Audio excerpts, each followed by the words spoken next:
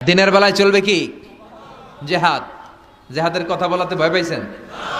হ্যাঁ, অনেকে এখন জিহাদের সাথে জঙ্গিবাদরে লাগায়, এরকম ডাকাইত আছে না নাই? জিহাদের সাথে সন্ত্রাসবাদকে মিলাতে চায়, চিল্লায় কোন ঠিক কিনা?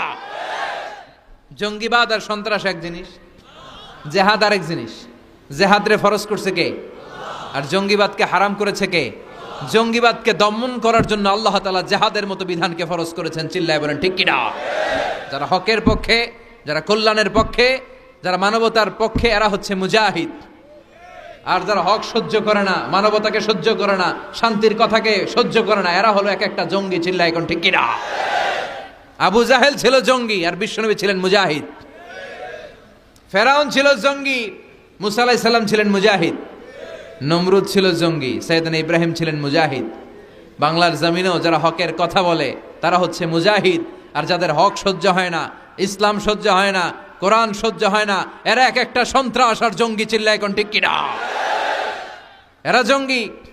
আমরা যারা সত্যের পক্ষে কথা বলি আমরা জঙ্গি না, আমরা মুজাহিদ। আমরা কি মুজাহিদ?